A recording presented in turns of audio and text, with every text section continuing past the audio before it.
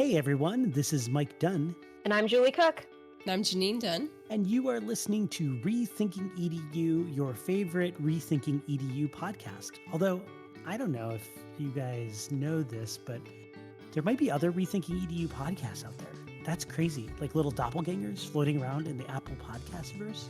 What do you think, Julie? Have you seen any such podcasts out there? Of course not, Mike. Of course not. That's because we are the OG Rethinking EDU. Actually, probably not the OG, but maybe like the current Rethinking EDU podcast. You know, our fancy little icon there in teal and pink, lovely contrasting colors. And we are back here with our second in series we're calling Dissertations in Practice, where we are featuring researchers from Northeastern University and our doctoral cohort. And we're really excited to be joined by Jeff, Katelyn, and Laura this evening for this amazing podcast episode. But as we did in the first of these episodes, we sort of launched off with a little conversation about common things that people have, at least we've heard people asking about doctoral programs. In the first episode, we talked about the difference between an EDD and a PhD. And in this episode, we're going to kick off with a little conversation about what a dissertation in practice is. All of our guests over the previous episode and this episode and other future episodes will have completed a dissertation in practice to complete their requirements from Northeastern. And Julie here has been crunching the logistics and the idea of what a dissertation in practice is down to a very manageable bite. And I am curious what she has to say. So Julie, how would you describe a dissertation in practice to maybe the uninitiated? All right. Well, I'll tell you what I think it is after having experienced it over the past 3 years. I think a doctoral dissertation that is non-traditional, so that it's rooted in scholarship, but it moves beyond the scholarship. It's applied to a context, as we'll learn in a minute here, and aims to really transform practice.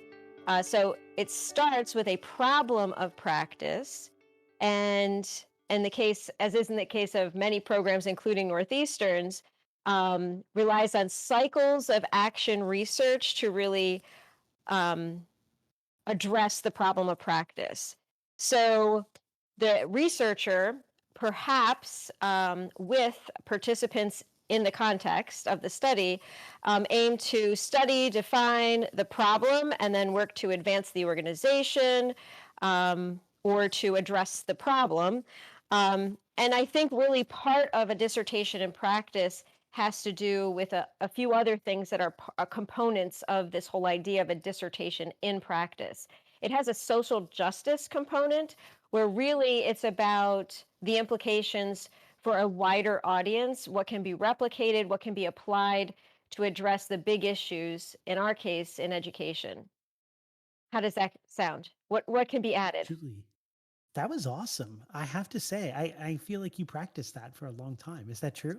I did not, but we have been living it for 3 years. So That's true. That's true.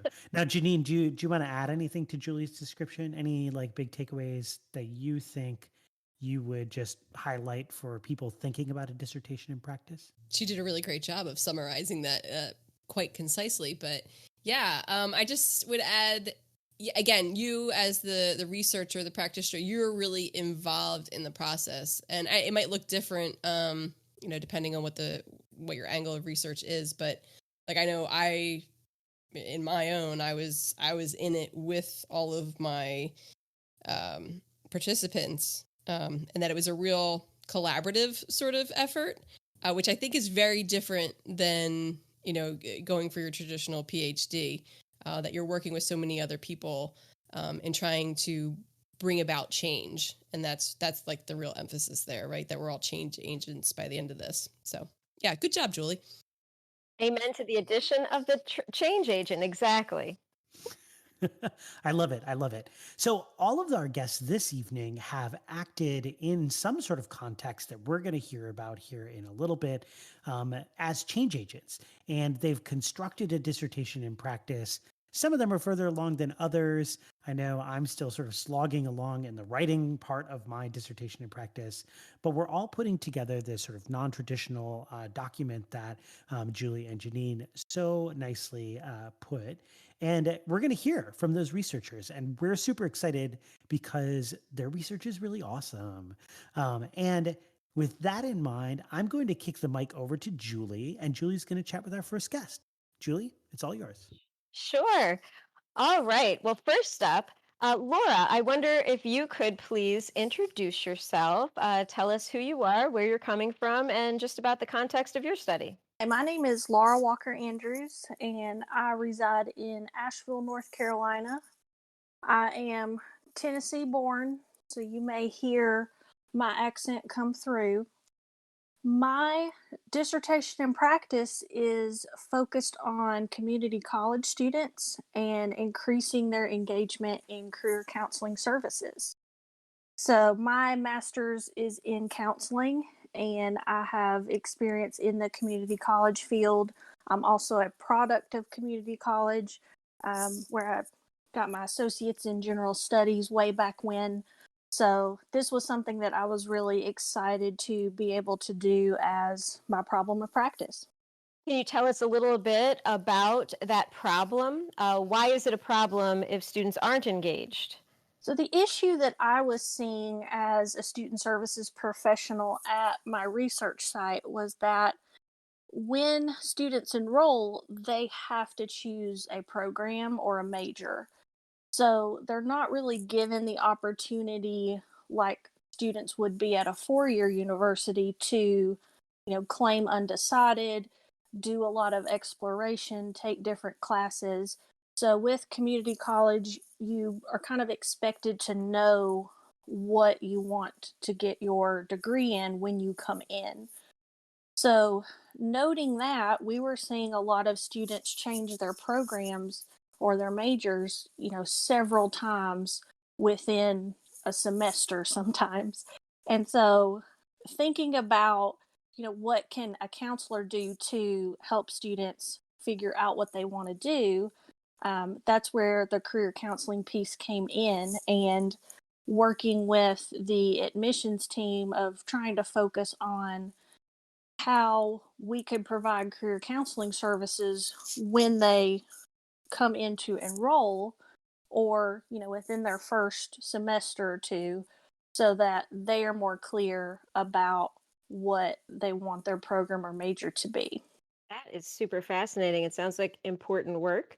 How did you decide to tackle the issue? So my participants were students themselves, and the way that I started out my research was I found a really good in with our student success course. So we called that ACA, which stands for Academic Skills Related Course. And it actually started out from a collaboration with the ACA coordinator at my institution. So he was really interested in what I was doing, and there's so much in that ACA curriculum that focuses on career exploration and talking about different services that the community college has. So that initially with my cycle 1 research was where I started, and I went into each section and explained what my study was about, and basically just said, I'm looking for your perspective on, how can we make these services for career counseling something that you would, want to be a part of. What do we need to be doing for you to access that? So that's how it started out, and from there it evolved into the action step. So the action step came about through thinking about what it is we could do to really make it evident that career counseling was something that students could have available to them. So another problem that existed was that we had an on-site career center that we shared with the public. So the career center was available to students, but also available to the public. So they did not have a very large staff. And that being said, a lot of the traffic, especially concerning our academic programs, the counselors were the ones that were seeing those students. So with the action step, we looked at providing a seminar type of environment where students could come and listen to different topics, whether it be about how to choose their program or their major, how to create a resume, and how to go about a job interview. So just, typical career topics that we talk about. And that was the way that we would try to promote career counseling on campus and get students to engage more. So the idea was to really give them the information, give them the access point, hoping that that would engage them more so that they would utilize career counseling. And what did you find out? Did it work? What were your major findings or takeaways? So a couple of my findings were things that if you're in higher education, you probably wouldn't be surprised by. So one was sense of belonging, which is just embedded in the research for higher education. And it basically is that when students feel a part of the campus, they are more likely to engage in career counseling. So if they are, impacted by an advisor or a counselor or even their ACA instructor, those are ways that they tend to feel like they're cared about, and that increases their confidence to explore more of the services that are provided. And going along with that, there was another finding that is pretty consistent with what you think of when you think of a community college student, is that most of the time they're considered non-traditional. And I know that that's a term as of lately, I've seen some discrepancy on whether that word should still be used. But non-traditional, just to say that it may be an older student, someone who's working, someone who's a parent, someone who's a different race or ethnicity. So there's all types of non-traditional students. And when you think of those things, they need to have a certain level of flexibility in their life. And so one of the findings was that if you provide career counseling in a flexible service environment, they're more likely to engage with you.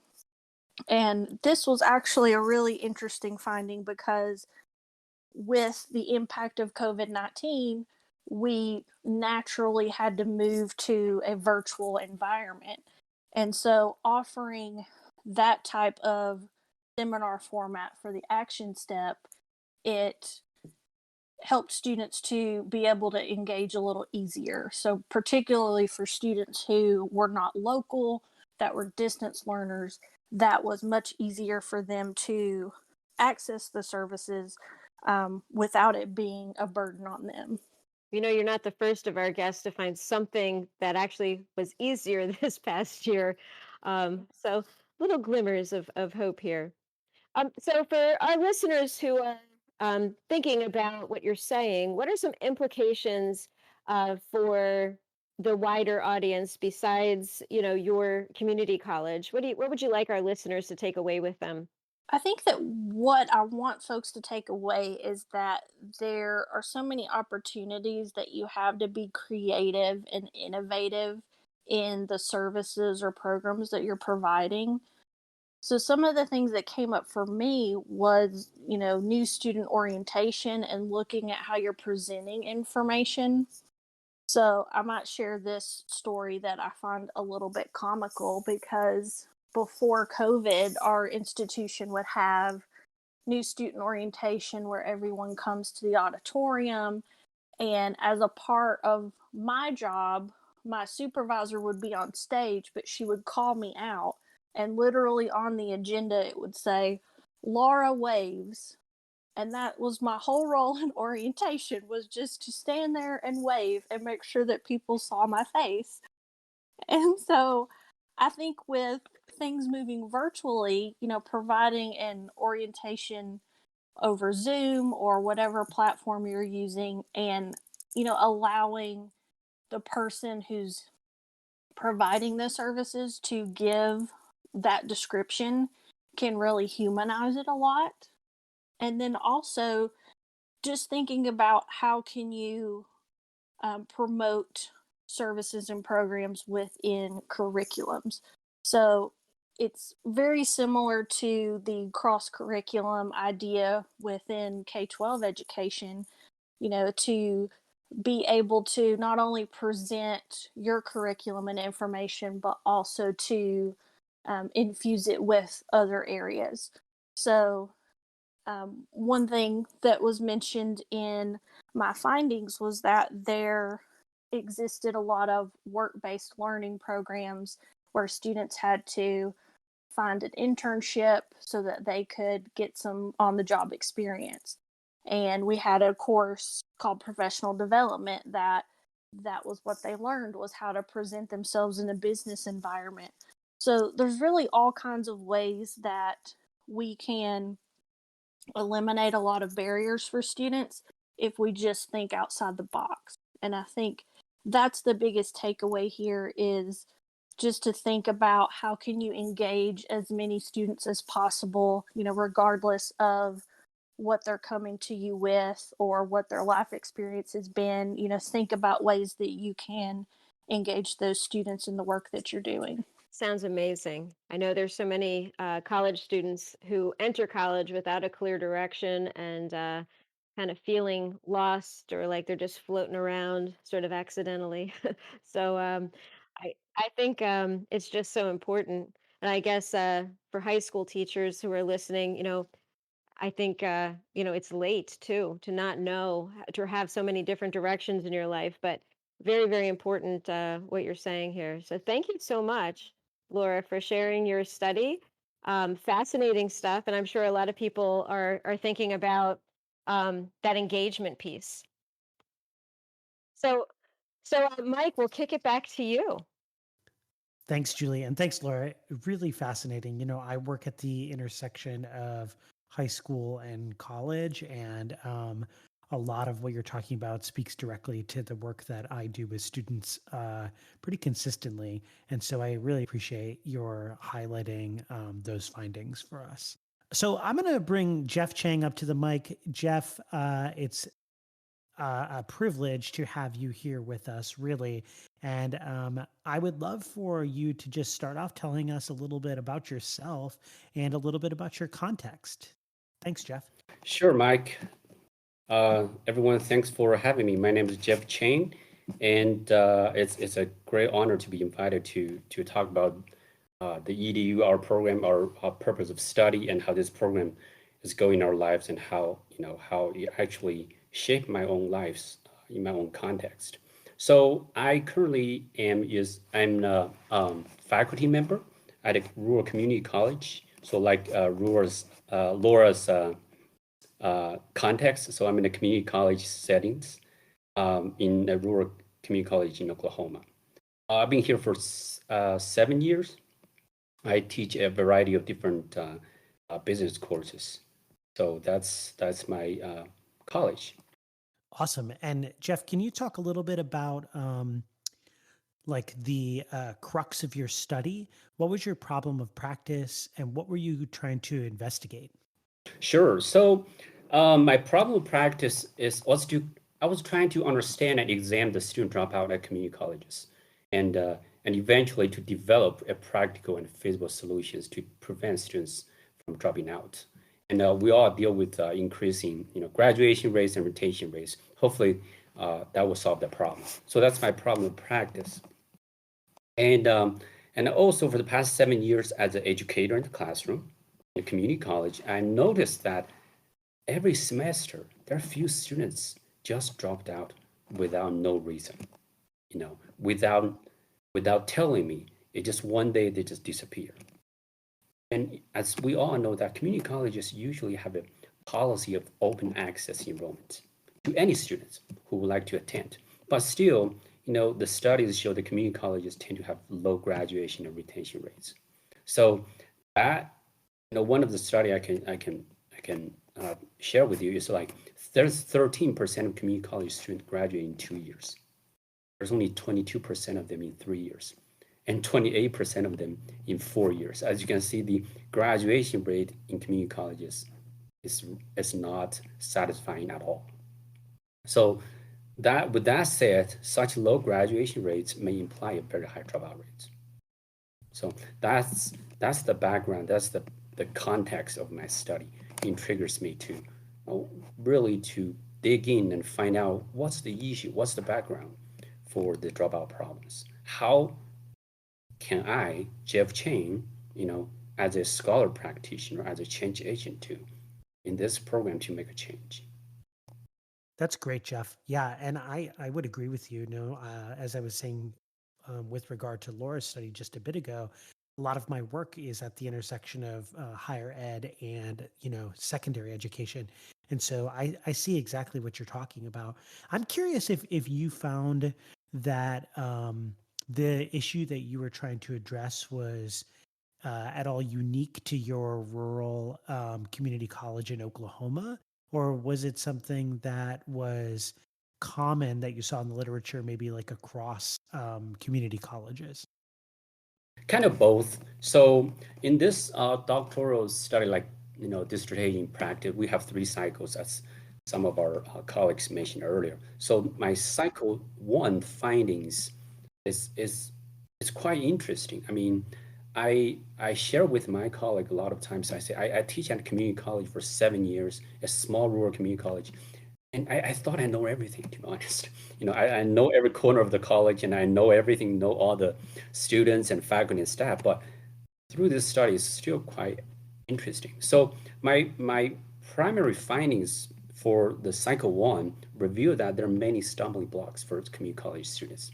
So these stumbling blocks include a lot, not limited to these factors, such as the lack of motivations, lack of mentors, the college unpreparedness, the time management skills, health-related issues, and communication skills, growth mindset, family issues, personal issues, work issues. I mean, there are just so many issues in their lives. There are so many burdens, like transportation issues. I have students come to my office. They say, well, I can't get a transportation, come to class. I'm like, are you kidding me? But I thought I know them. But through interview my participants, I really get to know the deep root causes of their dropout cases, like their college financial aid and personal financial constraints. For example, students have a full load of work schedule. They have 40 hours of work schedule. They can't come to class. If they want to choose between to come to class on that, during that time period versus they will get a paycheck or be afraid to be fired, they will choose to go to work and miss classes. It's just fascinating to me. And the other one is like technical logical skills. Like we are living in a digital world, with the technologies changing every single day.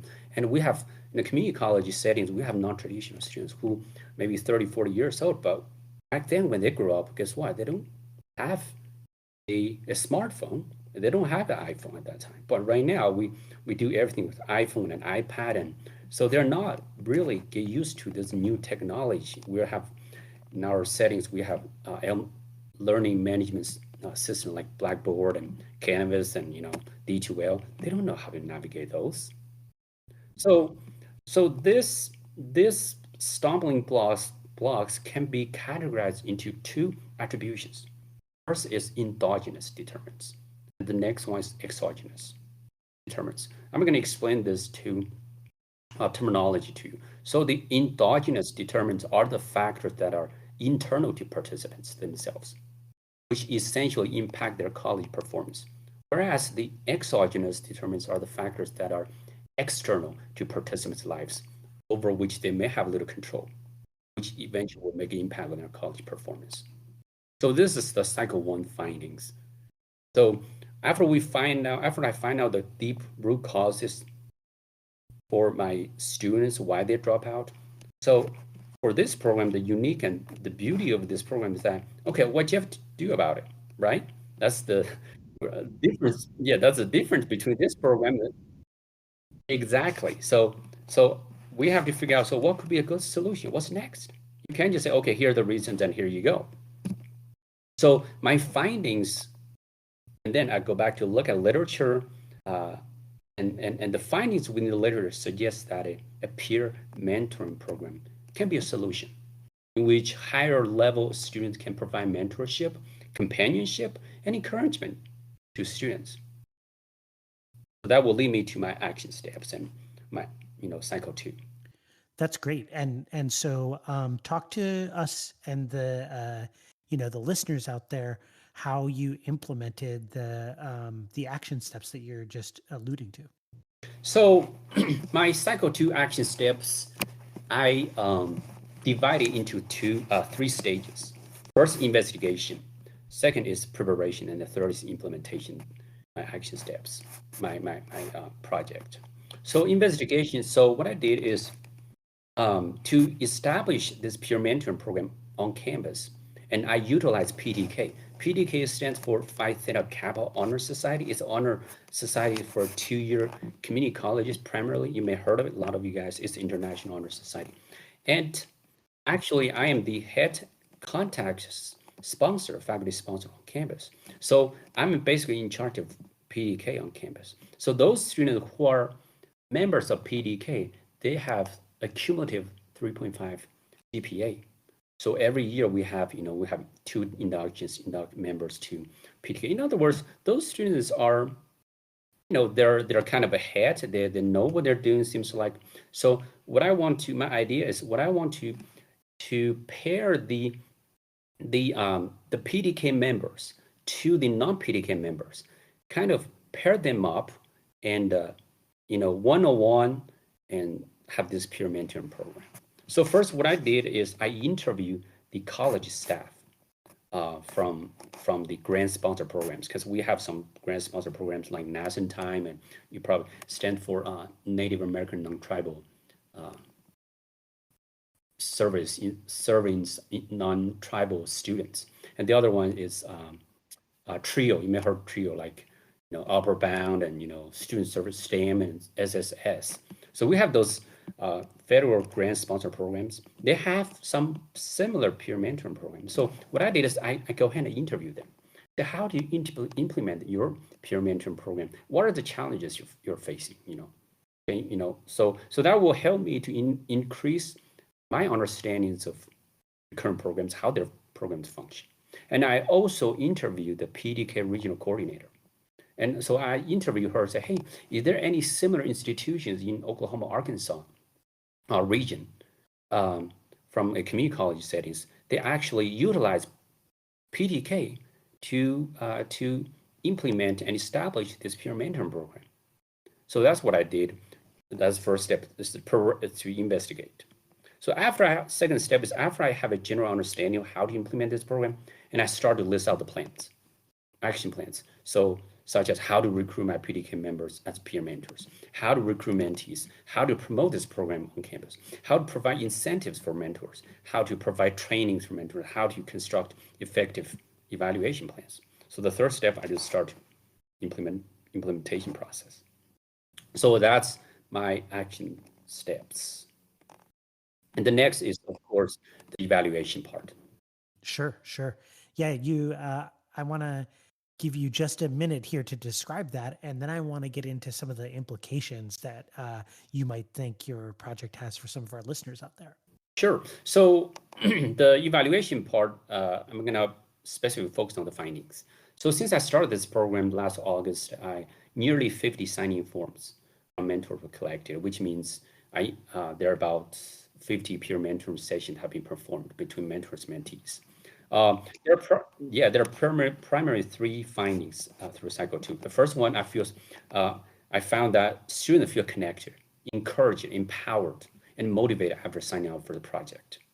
They all demonstrate great, improvements on areas such as communication skills or more social connection on campus sense of belonging in the college. And the second finding is I found many students lack clear understandings of federal grant sponsored programs. We do have some students support services on campus, but because of their unique name is, like nascent time for Native American, but actually I find out they're actually for any student, whoever wants to sign up. But students just do not know the existence of these programs or just think, I'm not qualified. And the third finding is there are many challenges to implement peer mentoring program at the research side because the college is a 2-year community college where most students commute to school and leave campus after they complete their classes. Students have too many responsibilities. They don't have time. They have their families to feed. So that's my primary 3 findings through my action steps. That's really awesome, Jeff. Yeah, and makes total sense in line with what you were, um, noticing at the beginning too. I'm wondering if you can share with us. I think both implications that maybe you found, but specifically implications for our listeners who maybe are thinking about how to support their own students as in potentially higher ed settings or community college settings or even at the K-12 level. Yeah. So I think a peer mentoring program is, even though it's hard and complicated to implement, but I feel like especially for the community college settings, most community college, because I am a PDK sponsor for quite 5-6 years. Most community college have a chapter of a PDK, and if any of our listeners are interested to implement this peer mentoring program, I'll be happy to, because we're all here for students, and we are all making a difference in students' lives. And our students is basically our product, after 2 years or 4 years. And especially during the COVID-19, guess what? Students, they're not seeing each other as they used to. So there's a gap. And they can only see each other, like we have like hybrid classes, have Zoom classes. So students don't have this space to connect with each other. So through this peer mentoring program, I hope through this platform, students can reconnect to each other and just a buddy up system. They're not peer mentors. I tell them they're not really teaching the peer mentees. Sometimes they just have a, encouragement and just be there, this companionship. Yeah, I love what you're suggesting, Jeff, and I really appreciate you shedding light on your study and all of the research that you've been doing at your rural community college. I think it's so important. Supporting students to success and completion at any level of school, I think, is something that educators need to be aware of and motivated to address. And I'm glad you're doing that work. Thanks for sharing with us, Jeff. And I'm going to pass the mic over to Janine. Janine, it's all you. Howdy. All right, awesome. Well, I'm really looking forward to chatting with Katelyn here about her dissertation in practice. So, Katelyn, how are you? I'm doing great. Thanks for having me tonight. Yeah, thanks for joining us. Can you tell our listeners a little bit about yourself and where you're from, what you're passionate about? Yeah, absolutely. My name is Katelyn Goodington, and I am a kindergarten teacher, and that is like my whole identity, so it's a big deal. My research is about building community capacity and like really supporting teachers, not just kindergarten teachers, but we do need a lot of support. So I'm in a public school in a really rural New England town, and my district of employment has become my research site. Awesome. I love that we just went from talking about, community college experience and career goals. And then here we are talking to a kindergarten teacher. It's awesome. All right. Well, why don't you tell us a little bit about what were your research questions and, give us a little context of your study. Sure. So before I taught kindergarten, I worked in a preschool setting and various summer camps, but my undergraduate and master's programs were in both education and social work. And I've found that my social work background has really given me a lot of context in what I do in my day-to-day with students and in interactions with families and community. So the goal of my research was really to connect these two fields in a meaningful way. And because my district is so small, it's really spread out, and we have to share a lot of resources that include social workers, school counselors, nurses, even administrators, and that leaves a lot on the teacher's shoulders. A lot of work that they have to do on top of their curriculum kind of responsibilities. That's great. So, what were the specific questions that you were trying to investigate throughout your study? So I was really looking at teachers as mental health professionals. As many roles as we take on and as many hats as we wear throughout a day, being a mental health professional is really not one that should be taken lightly or implemented without formalized training.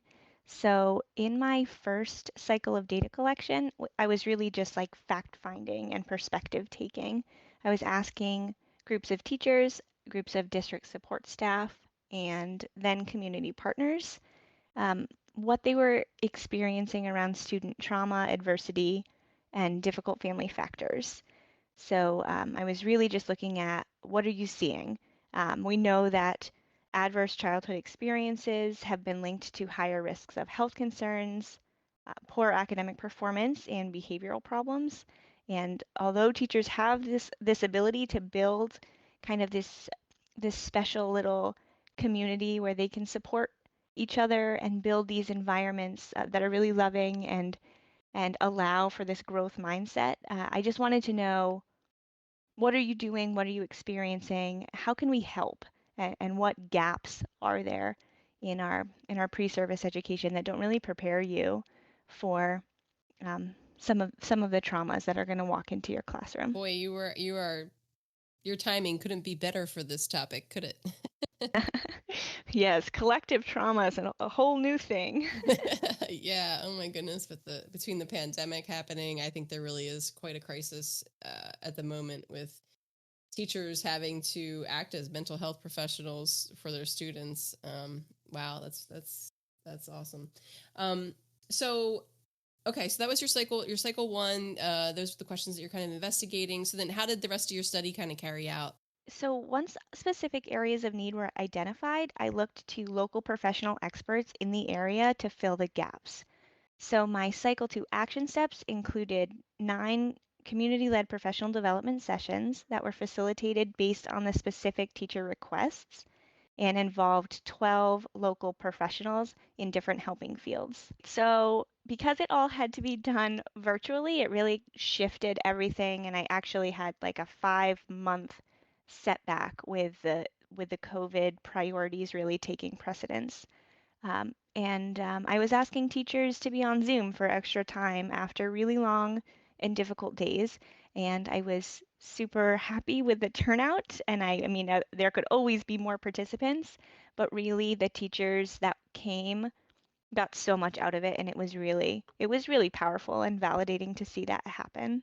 I was going to say, yeah, I would imagine there were a number of challenges that kind of came about while you were, conducting this study. I know I had some challenges of my own when I was conducting mine. Do you want to speak a little bit to that? Like, what were the challenges of carrying out, trying to do an action research project during a pandemic? Well, I don't recommend it, but I have to say that I'm so proud of teachers in general. Like, we're killing it every day. And to think that when things are really rough, we kind of pull together. And my project was so based in relationship building, and I met all of these new wonderful, wonderful professionals over Zoom, and they just jumped right in. So I was asking social workers, I was asking faith-based organizations, I was looking to counselors and food pantries and saying, what's your professional expertise? How can you help us? Look at this list of things that teachers need. How can you support us? And really showing the community showing the teachers that when we are in distress, we have this big community behind us that's there for us all the way. And so one of my big findings was really that teachers need to feel supported. And I know that it's all perspective, and I do not blame my district at all for this theme that came out that teachers just felt so isolated. And working with traumatized youth or children struggling with behavior outbursts is hard in any circumstance. But trying to do that through a pandemic, trying to do that while they're home, seeing what their living situations are really like, and kind of getting a new idea. You know, when they're at school, you know that they're in that safe place when they're with you. But when you have a window into their living room, you have a new responsibility of mandated reporting. You have a new responsibility of know and tell and kind of managing what what's on you as a professional, and making sure that teachers felt supported during the pandemic was really like such a blessing that I got to have a part in that. The COVID-19 pandemic highlighted the term frontline workers, right? And teachers will always be frontline workers. They have this ability to give children a safe haven, and they have the power to develop resiliency and kindness and accountability and social justice. And I could just keep rambling on. Like we have to make sure that teachers have their needs met in order for them to meet the needs of others. And that was just all the more clear during the pandemic. Yeah, I say amen to that. Absolutely, the teachers need to feel that support, even in like little ways. It doesn't have to take much to let them know that they're not alone, they're not isolated, because it can be such an isolating profession at times. Did you have any other major findings, or were your findings supported by the literature? Did you? Yeah, absolutely. So I was super lucky that the literature was vast in the area of trauma and adverse childhood experiences, and helping teachers support students in these new and trying times. So besides making sure that teachers feel supported, which was really my number one, I also took away that professional learning and resource sharing can build confidence. And that wasn't maybe something that I was looking for from the beginning, but it was really just amazing to see how much more confident the teachers shared that they felt after completing the workshop series. So teaching, especially in rural school districts, can be really isolating. And knowing that the resources are out there and that there are people connected to them out there, even if you never reach out to them yourself, can be really empowering. And this like interprofessional collaboration was really beneficial for all the stakeholders involved. So after each session, I did a feedback survey, which is kind of fun because action research so often is strictly qualitative. So it was good to kind of throw some numbers in there. And I found that 73% of my participants reported a novel connection. So someone that they maybe live in the same town with, work in the same town with. These are all people in our local district area that they hadn't met before, and really felt like not only is this brand new to me, but I can utilize them. It's something that is immediately applicable to my classroom. And then 94% of participants reported that the sessions help them build confidence in supporting their most difficult student populations. And we know that difficult students are not always attributed to trauma, but kind of giving them that lens and taking away that judgment piece was also another really powerful takeaway. And then my final finding was that professionals really want these connections to be formalized. So I had 26 community partners get back to my initial focus group, which was totally overwhelming and amazing. And I just never expected that in such a small town. But yeah, it was really about maintaining the open communication and having this active, interactive relationship, even when it had to be virtual. And knowing that we could make it a more formalized manner for sustainability purposes, that after my research is done, this work is important, that I didn't do it just for this degree, that I really did it because I believe in the cause.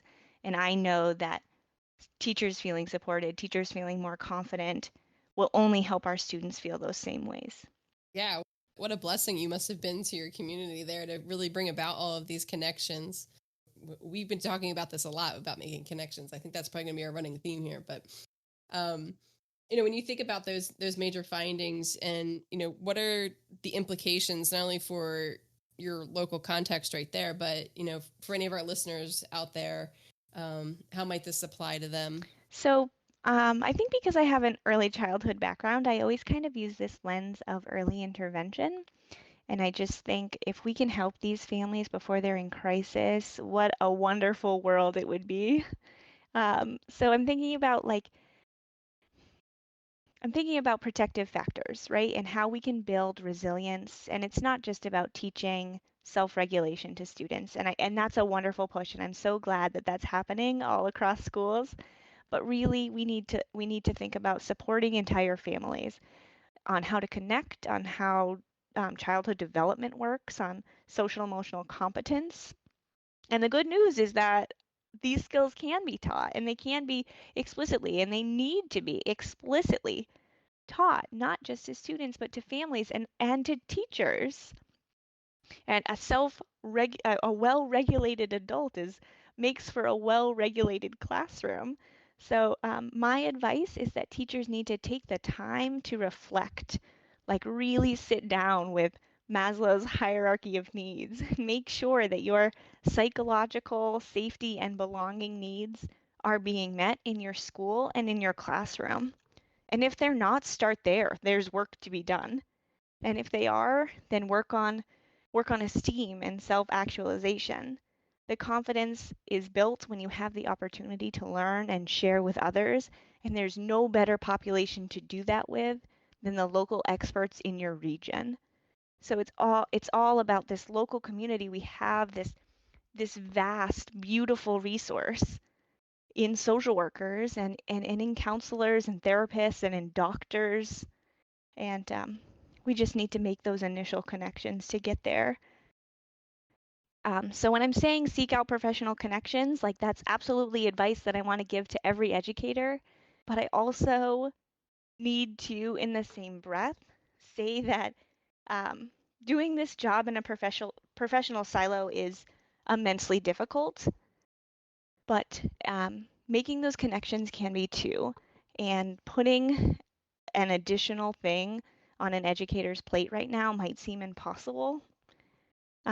So with this advice, I also want to say that my professional next steps include the systematic change. Teachers should not be expected to be mental health professionals. I know it's happening, and I know that we have to find ways to cope with it because it is. But the work here for me, now that I've done this, is to look at resource networks and build a communication protocol for my school district, and know that I can lead educators through who to ask for help, when to ask for help, how to ask for help, and how to have difficult conversations, not just with leadership, but also with families in getting them through for now. And knowing that there's more work to be done, that all buildings need reliable social supports and social workers and counselors and psychologists. And those aren't resources that we can skimp on. We all need to have them for ourselves and for our students. Yes, yes, yes. I love everything that you are talking about here. That completely resonates and connects with for me. Especially, I know Mike's typing "Amen, Amen" in the in the chat too. Yeah, you're probably preaching to the choir, but yeah, making those community connections, realizing that you don't have to be in a silo by yourself. I love that you talked about providing the opportunity to reflect. I think that teachers are often told to reflect, but they're not given the time to reflect. And I think that when you talk about some systematic changes there, I think that from the top down, they kind of need to be thinking about, when are we giving our teachers the time to actually reflect and kind of go from there. But anyway, I'm going off on a tangent. But Katelyn, it's been a pleasure talking with you and hearing about your study here, and congratulations on heading down the home stretch of your getting your dissertation done, and we really wish you the best of luck with everything.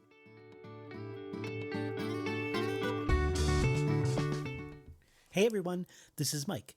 Thanks so much for listening to our second episode in our Dissertations in Practice series. We love having these awesome conversations with our colleagues from Northeastern University, and we hope that you really enjoyed them too. If you love what you hear and you are just yearning for more Rethinking EDU in your life, please hop over to our Patreon page at patreon.com/rethinkingedu. Your $1 a month goes a super long way to helping us keep the lights on. And as always, you can leave us a review on Apple Podcasts. That helps so much. And share our podcast with your friends. We would love that too. Also, be sure to check out our very own Matt Downing's podcast, Diving Deep EDU. Thanks. A quick interruption to let you know about another great podcast. Curious conversations with all types of peeps. Encouraging innovation, we are diving deep. Certainly education is what we like to speak. Fervent with dedication, now it is time to teach. Diving Deep EDU. Thought-provoking conversations.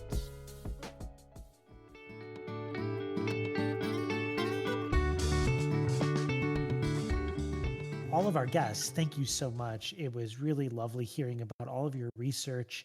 And every episode of Rethinking EDU, we spend a little bit of time thinking back to the conversation and connecting it to how it's encouraging us to rethink education. We'd love to do a little bit of reflecting right now. Julie, I know you always have some great thoughts to share. What is this conversation making you think about? Well, one of the things, since we started off talking about what is a dissertation in practice, I think, you don't need to pursue a doctorate to kind of take on that stance of looking around you, as all three of our guests tonight really did. I think Laura, people around her must have for years said, well, we have these services and it turns out no one's coming. Or,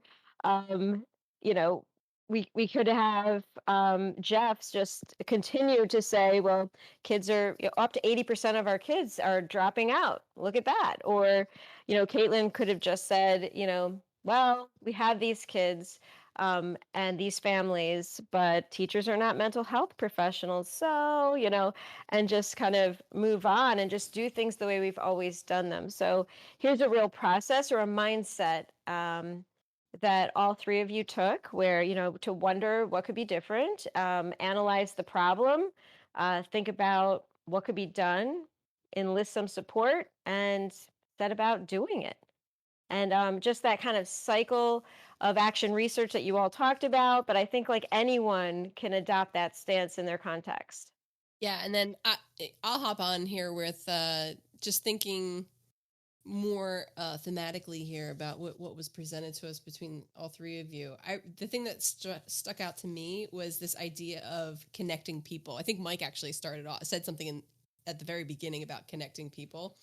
And I feel like that came up in all three of your studies, that people need to feel connected, and that we need to build relationships, and that by building relationships, that actually fosters engagement, whether that's engagement for students or engagements for the teachers themselves.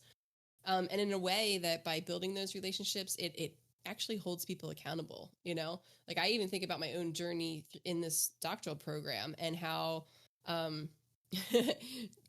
Julie and I actually work together and are wonderful friends, and we agreed to do this together. And so having a wing person definitely motivated me to stay in the program, and then meeting Mike and Matt and Katelyn and Jeff and Laura all along the way, and making these connections with other people. The more people that I connected with, the more I wanted to stick with the program when it was hard. So I think that's just kind of what's sticking here for me, is just this general idea of connecting people, building relationships, and that's where the real work, I think, comes in. As the uncanny Dr. Chris Unger says, just talk to everybody about your stuff, right? Just run around the world, run your idea by everybody, and you never know who you're going to meet kind of in the process. I think for me, this conversation reminds me that supporting people is just so important, whether that's a community college person, whether that's a teacher, whether that's a preschooler, a kindergartner, an adult, a podcast co-host, that supporting other people, especially these days in the pandemic, is so critical to people's well-being, to people's feelings of connection, and just so we can feel a little bit more human these days. I spend so much of my day just behind a computer screen. It's so dehumanizing. And it just makes me feel like, are there other people in the world sometimes that are experiencing these things that I'm experiencing? And the truth is the answer to that question is yes. And by connecting and supporting people in ways now that we can, that maybe we've never been able to in the past, we can build that humanity back into those just everyday interactions we have with people, those everyday conversations, those mentorships, whatever it might be, to help us feel more like we're living a good life and thriving along the way. So, Jeff, Laura, Katelyn, I want to turn the mic over to you, not all three of you at once. Laura, we haven't heard from you in a while. Do you have any kind of reflections on this conversation tonight? I do. I really enjoyed getting to hear about Jeff and Katelyn's research, and I found little nuggets in both of them that I think really promoted that sense of connection that we're talking about.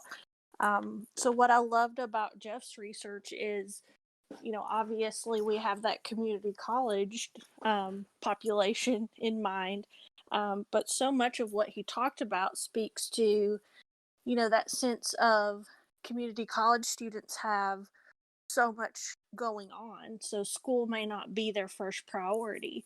And so thinking about how we can support them is really important. And what I loved about Katelyn's research is I got my start in school counseling. And so the things that she's saying about, teachers acting as mental health experts, they do get sort of dragged into those types of roles. And so many teachers I've worked with, they do have students that have, so many needs that are going unmet, and teachers are superstars at helping out. So I really connected with that. And, I'm all about having more counselors, more psychologists, more helping professionals in schools.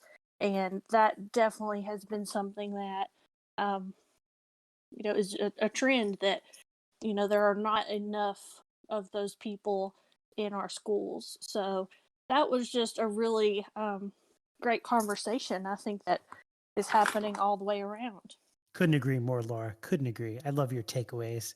Jeff, what about you? What are you thinking? I think this is such a great platform, as I mentioned earlier, that we are from different settings. So far as I see, we got K-12, we got, higher education, we got, as we see before that in our residency, we got administrators, but we all here not only trying to get a doctorate degree, but also through this program, we were able to find a problem in our own settings. And then we analyze the problems behind them and find out the reasons. And we are trying to come up with a solution. That's the great part about, about this program, that we're all, they foster us and cultivate us to be the change agent, to be the scholar practitioners. So we're not only just present the data, but also we present our action steps and how those actions were carried out, and eventually be evaluated whether it's effective or not. So to conclude my talking is, I posted Facebook a couple of days ago that I really learned the most. I got, you got bachelor degree and your master degree. I feel like I learned the most for the past several years when I started this program. So it's just great. Thanks, Jeff. Yeah, I agree. I've learned a ton through this program. Katelyn, I'd love to hear from you too. Sure. Well, I just want to say thank you for facilitating this additional connection here. And I really believe that relationship building is everything. And I would not have gotten through this research or this program without the genius peers that I have met in this program. And I so appreciate this additional way to share my experience and my passion with you tonight and, all of your loyal subscribers. Yeah, me too, Katelyn, me too. Loyal subscribers is exactly what I would call them. And I appreciate you kind of segueing us into our final little bit of this episode. Listeners, we love you all and we appreciate you for just taking time to learn about the research of these amazing people, to hear us co-hosts kind of poke and tease out their stories. There's so much more that we couldn't have covered in just this short episode. But we appreciate you being here with us. As always, you can head over to our Patreon page, patreon.com/rethinkingedu, and support us. We have $1 a month right now, can really help us continue this conversation. We hope that you might be able to share your extra $1 a month to support our podcast. If not, just keep listening. We'll keep the conversation going. And as always, thanks for taking your time and keep rethinking EDU.